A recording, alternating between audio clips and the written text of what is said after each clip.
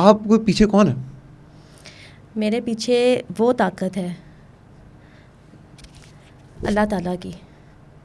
جو لوگ کہتے تھے نا جب عمران خان کی حکومت میں 29 نومبر 2019 کو کشانہ جنسی سکینڈل میڈیا پر منظر عام پر آیا، مجھ پر یوتھیوں نے میری کردار کشی کی گئی، مجھ پر کیچڑ اچھالا گیا، مجھے نون لیگ کی ایجنٹ کہا گیا.